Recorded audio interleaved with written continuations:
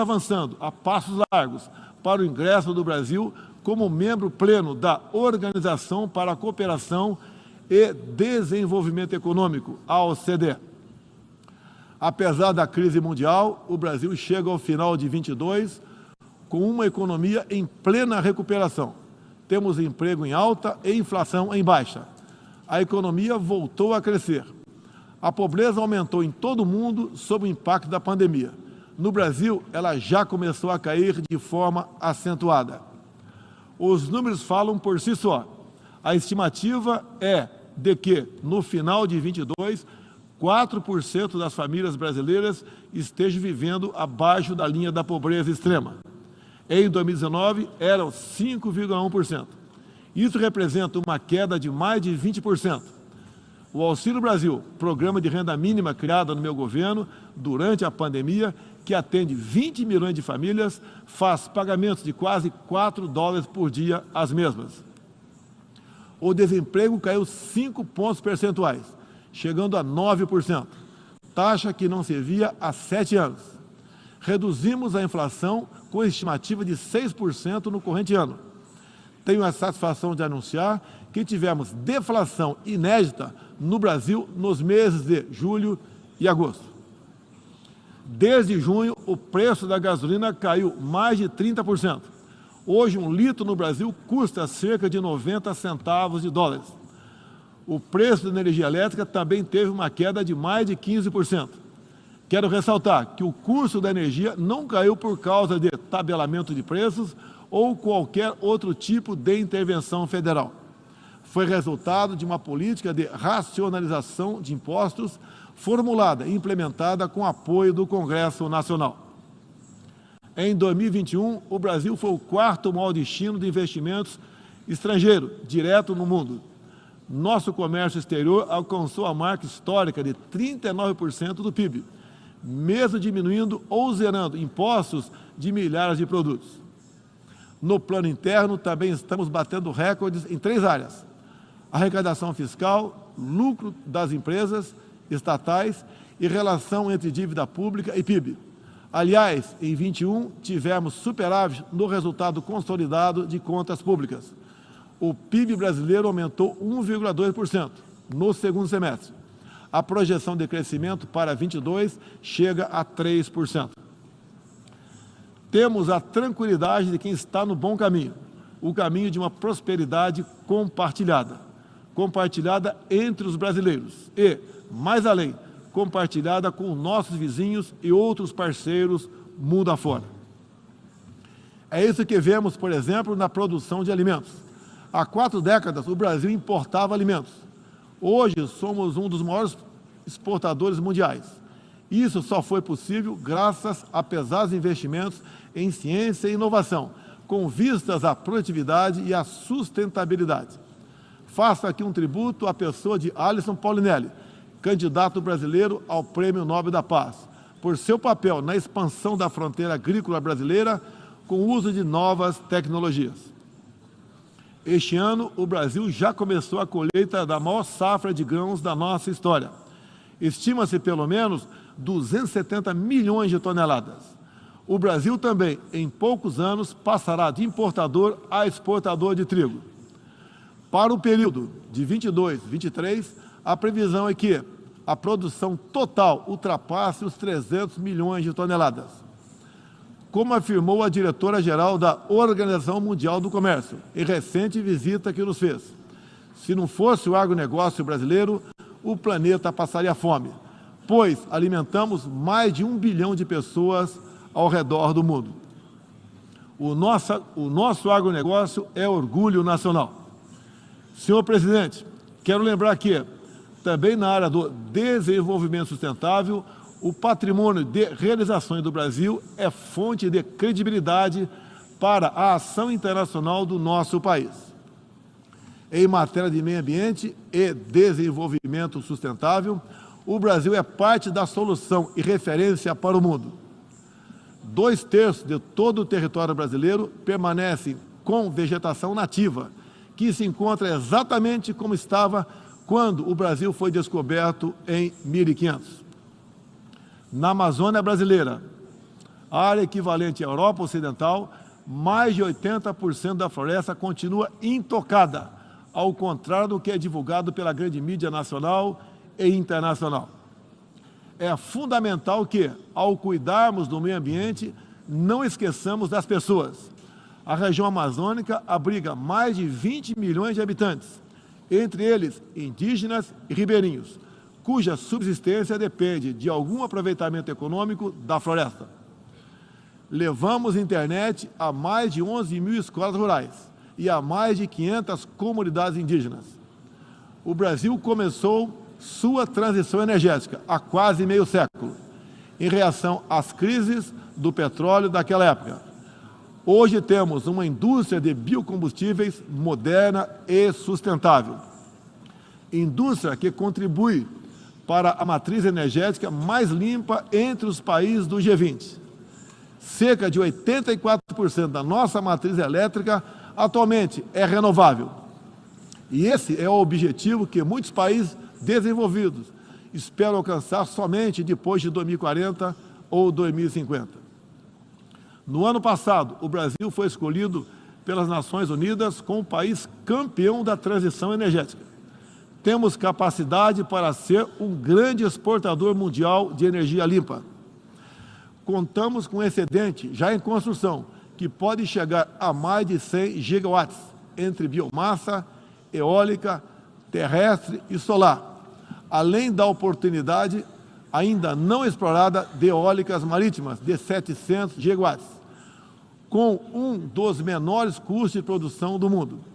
Essas fontes produzirão hidrogênio verde para exportação. Parte dessa energia, 100% limpa, abre a possibilidade de sermos fornecedores de produtos industriais altamente competitivos, especialmente no Nordeste brasileiro, com uma das menores pegadas de carbono do mundo. A agenda do desenvolvimento sustentável é afetada de várias maneiras pelas ameaças à paz e à segurança internacional.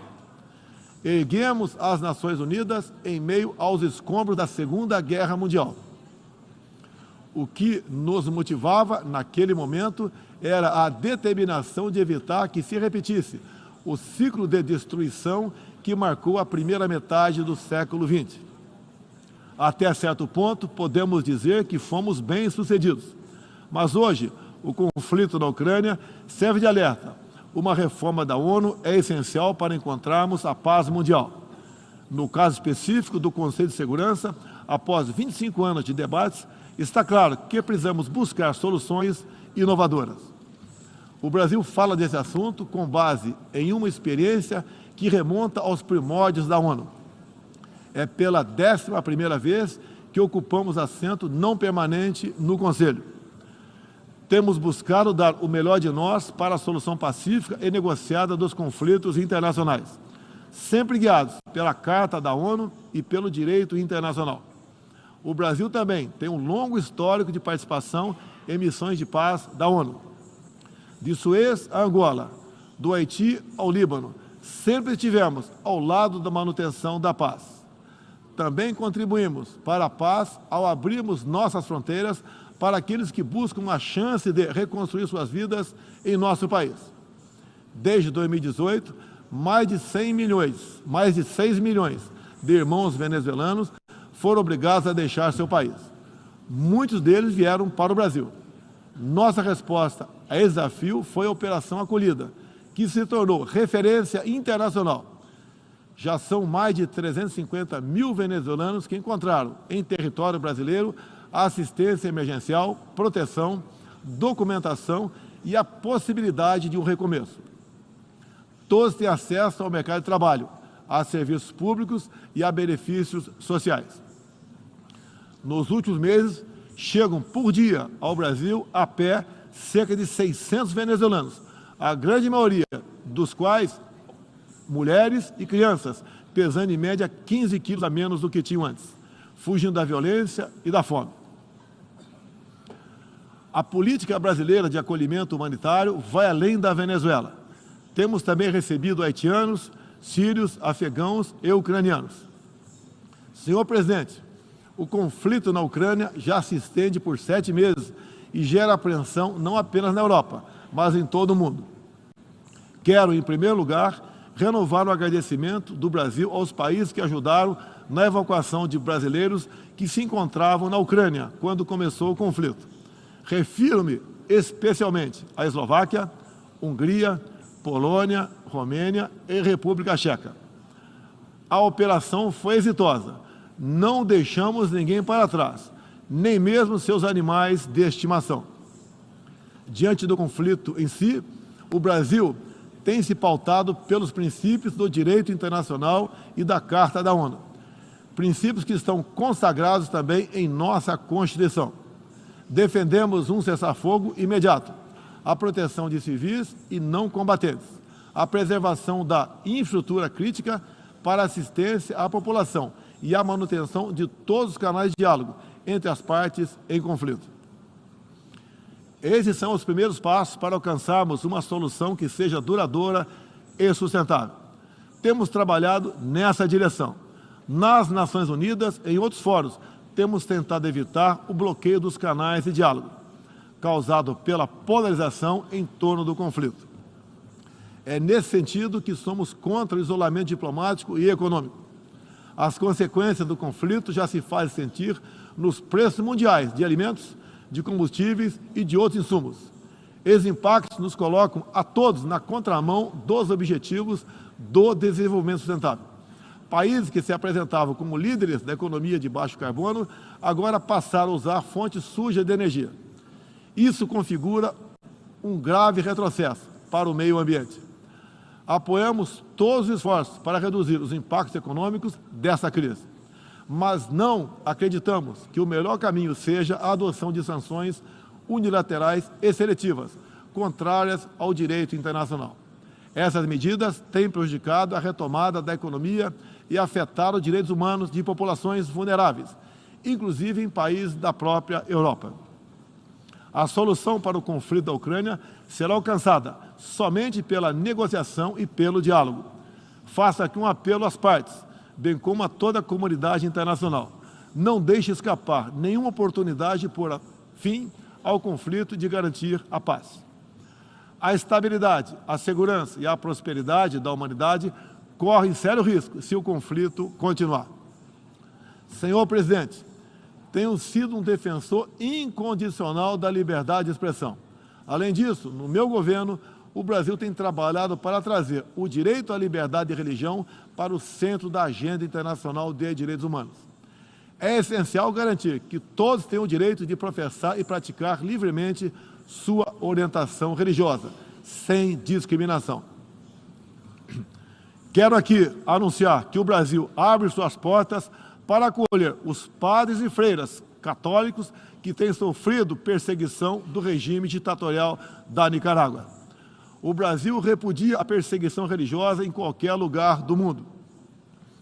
Outros valores fundamentais para a sociedade brasileira, com reflexo na pauta dos direitos humanos, são a defesa da família, do direito à vida desde a concepção, a legítima defesa e o repúdio à ideologia de gênero. Quero também destacar aqui a prioridade que temos atribuído à proteção das mulheres.